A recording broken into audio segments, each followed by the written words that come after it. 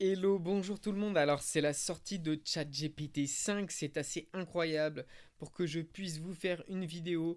Et on va commencer par le vif du sujet, donc l'implantation, enfin, la page d'accueil qui nous présente donc le nouveau modèle de OpenAI, ChatGPT 5. C'est fou, c'est dingue, ça fait tellement longtemps qu'il l'annonce et c'est sorti, donc c'était jeudi 7 août 2025. Il n'est pas disponible en France. Je me connecte avec un VPN aux États-Unis. Voilà, je vous fais les premiers tests et on va utiliser 4 prompts ou 5 prompts pour justement voir qu'est-ce qui peut nous être utile au quotidien. Et le premier, ça va être une compréhension complexe et d'un contexte long. Vous allez voir ce que je vais lui copier, donc poser la question. Tac. Compréhension complexe et contexte long. Analyse ce texte de 32 pages. C'est 32 pages, c'est pas 2 pages. Tac, 32 pages. Copier-coller, et résumer le en 3 points clés, puis donne-moi un exemple concret pour chaque point. Donc là, c'est parti. J'ajoute le fichier qui est directement dans. euh, voilà, c'est juste là. Alors, c'est un document de l'Union européenne sur les finances de la France. Vous allez voir un petit peu ce que ça donne. Tac, il est chargé. Je lance le modèle. L'idée, c'est de rester et de voir le temps que ça prend. Voilà, dette publique élevée. Ah, ok, il a déjà. Donc, c'était 32 pages, hein, c'est assez incroyable. Euh, ok, donc on lui a demandé de faire 3 points clés. Et on voit que le premier point clé est la dette publique élevée et des risques peu soutenables à moyen long terme, d'accord. La dette publique française reste à un niveau très élevé, environ 110% du PIB en 2023, et devrait monter à 130% d'ici 2034, c'est fou. Les projections montrent que malgré les réformes comme celle des retraites, le mécanisme des revues des dépenses, le budget reste fragile, surtout si la croissance ralentit ou si les taux d'intérêt augmentent. Exemple concret, si la croissance moyenne tombe à 0,5 au lieu de 1%, le poids des intérêts augmenterait plus vite que les recettes fiscales. Ouais, c'est fou. Poussant la dette au-delà des prévisions et réduisant les marges de manœuvre de l'État en cas de crise. Ok. Compétitivité en amélioration, mais productivité encore faible. Les indicateurs de compétitivité se sont améliorés et il y a une inflation plus basse chez les partenaires européens et grâce à des réformes réduisant le coût du travail. Ok, toutefois, la productivité du travail a chuté depuis la pandémie. Et oui, ok, d'accord. En partie à cause de l'essor de l'apprentissage et des dispositifs de chômage partiel qui ont soutenu l'emploi mais pesé sur la productivité. Exemple concret, une entreprise aéronautique ayant conservé ses équipes pendant la crise Covid malgré une production ralentie. Et ça a contribué au maintien de l'emploi avec une production par salarié plus faible. Ouais, voilà, ok. Ouais, le Covid a nivelé vers le bas, si je puis dire. Endettement privé élevé, mais en diminution avec des risques sectoriels ciblés. Alors, quels sont les secteurs ciblés? La dette du secteur privé, ménage et entreprise, a baissé de 174% du PIB en 2020 et 154% en 2023, revenant proche des niveaux pré-Covid grâce à un ralentissement du crédit, ouais, moins de crédit accordé par les banques et à l'utilisation de liquidités accumulées. Les risques sont plus marqués pour certains secteurs, l'immobilier commercial, les entreprises très endettées, mais restent globalement contenues grâce à la solidité des banques et aux prêts à taux fixe pour les ménages. Oui, les taux sont pas variables comme aux États-Unis, où en fait vous achetez un bien immobilier, ça c'est fou, et en fait le taux est variable et vous ne choisissez pas. Bah nous en France, le taux varie, mais vous gardez ce taux fixe auquel vous avez emprunté, voire même vous pouvez négocier quand le taux est plus bas.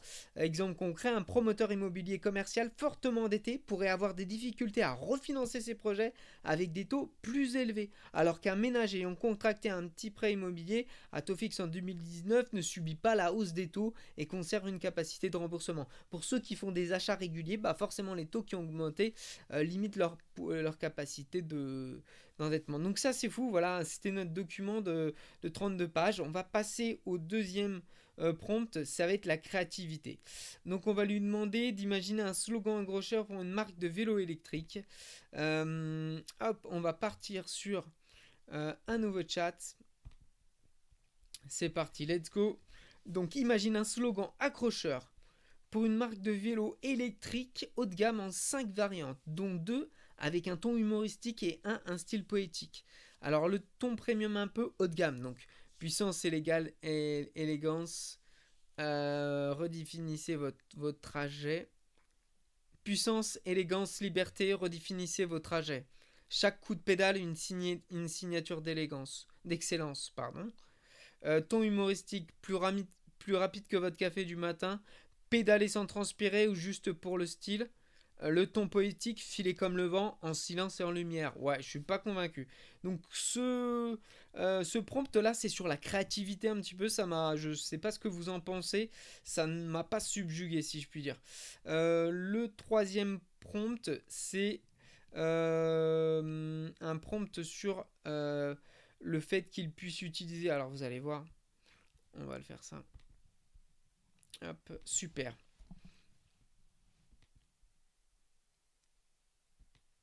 Alors, l'image que je vais importer. Et propose d'histoire ou de vidéo TikTok qui pourrait être.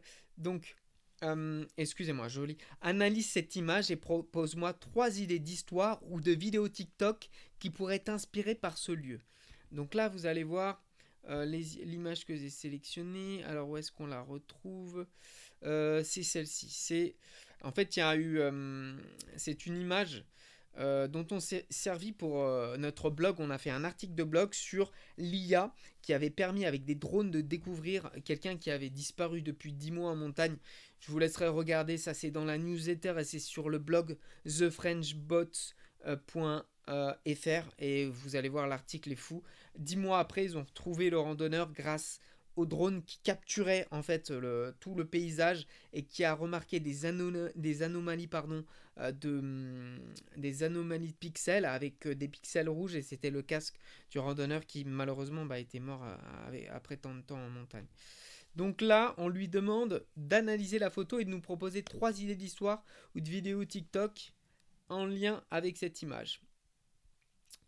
On va ensuite passer au troisième prompt, quatrième, pardon, excusez-moi.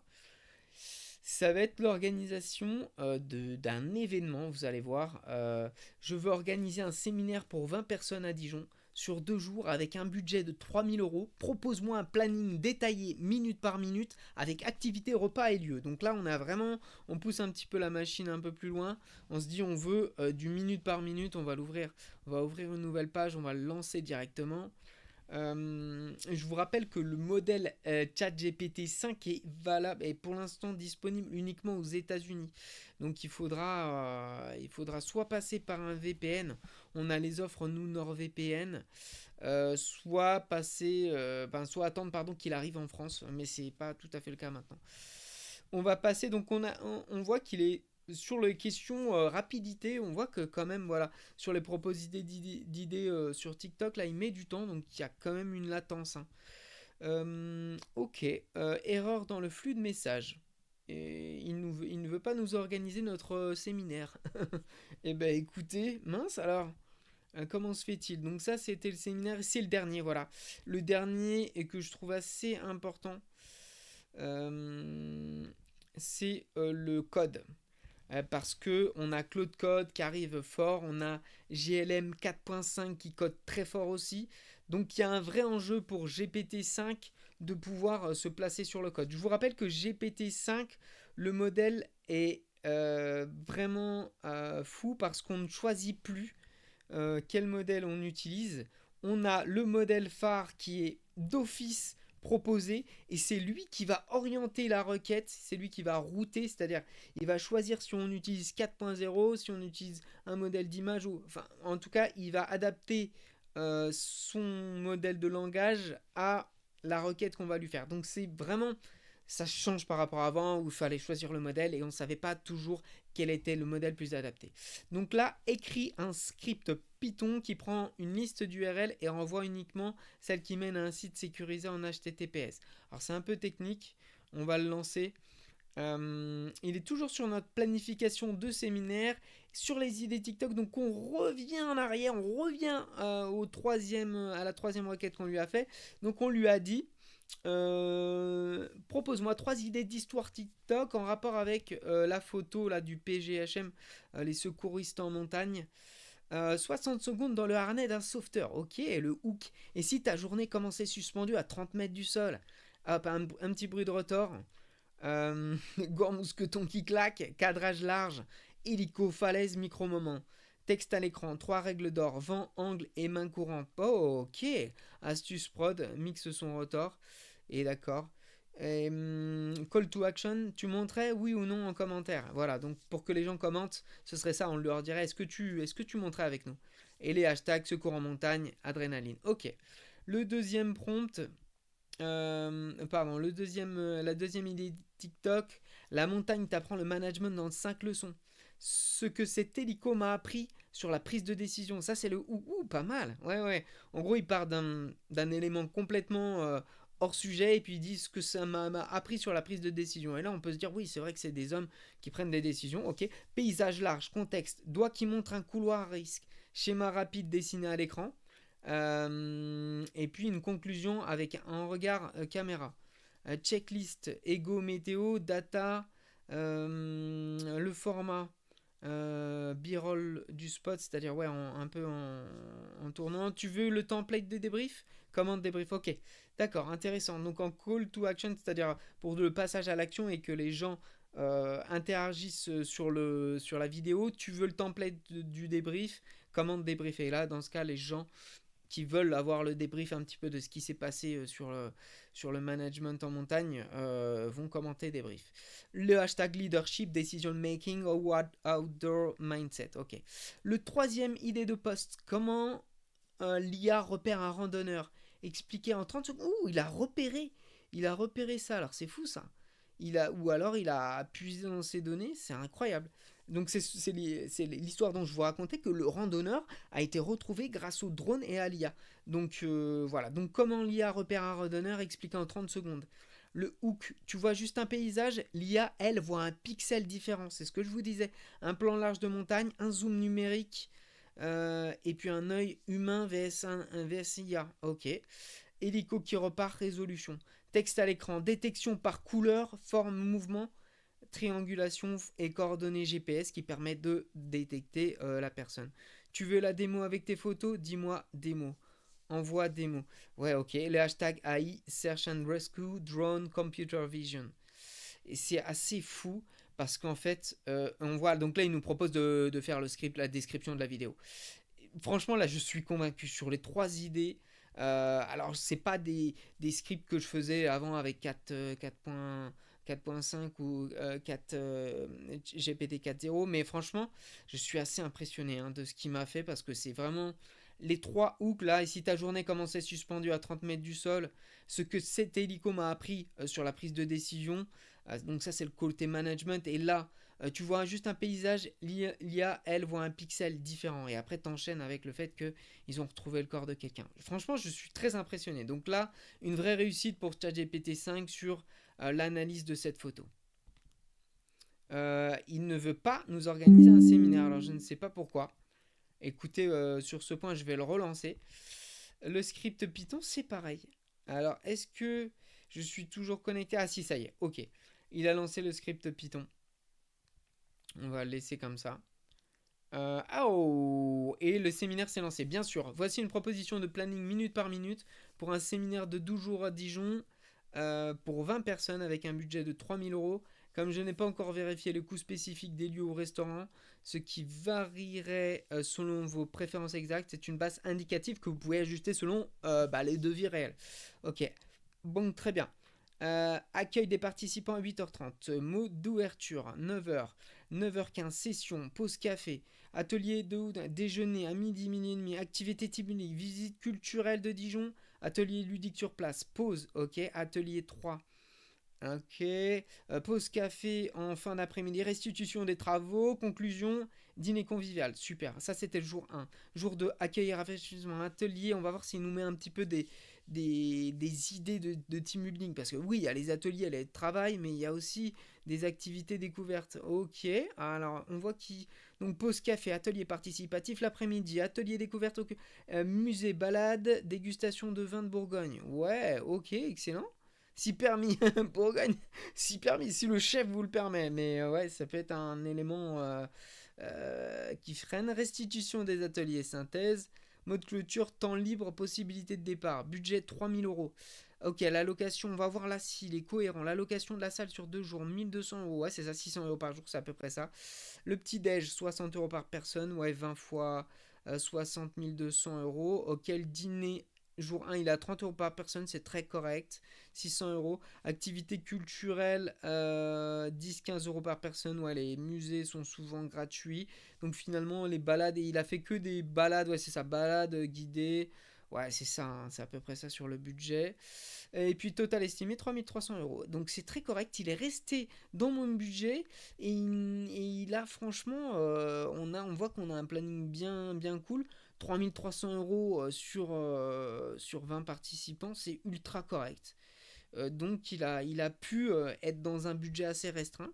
Je trouve ça excellent. Suggestion d'ajustement possible. Salle municipale au coworking, souvent à tarif raisonnable pour les associations ou entreprises locales. Restaurants aux traiteurs locaux, meilleur marché, ouais, boulangerie offrant des plateaux repas. Ok, ça peut-être moins cher que le restaurant. Si vous souhaitez que je recherche tel lieu et tarif précis, restaurant adapté à ce budget à Dijon, je peux le faire. Il me suffira de savoir si vous avez des préférences. Exemple, proximité du centre, restauration végétarienne, et puis autre chose, ok, c'est incroyable ça, hein. Et ben en fait, il nous a fait un séminaire là. Bah, franchement, encore une fois, là, je suis ultra convaincu. C'est excellent. Et donc là, c'est notre dernier mode, c'est le mode. Alors, je vais arrêter cette vidéo là, mais c'est le code, le script Python qu'on lui a demandé. Donc, on voit qu'il nous a fait quelque chose. Comment ça marche permet de vérifier l'URL. Commence bien par HTTPS. Si tu veux, je peux aussi te faire une version qui vérifie vraiment si le site est accessible en HTTPS via une requête réseau. Voilà, c'est tout pour aujourd'hui. Je vous souhaite une bonne soirée. On fera un test beaucoup plus approfondi de ChatGPT 5. Abonnez-vous à la chaîne. Nous allons avoir une interview de Clara Chapaz, qui est ministre de l'IA et du numérique. Ne ratez pas ça, je vous dis à très vite. Ciao.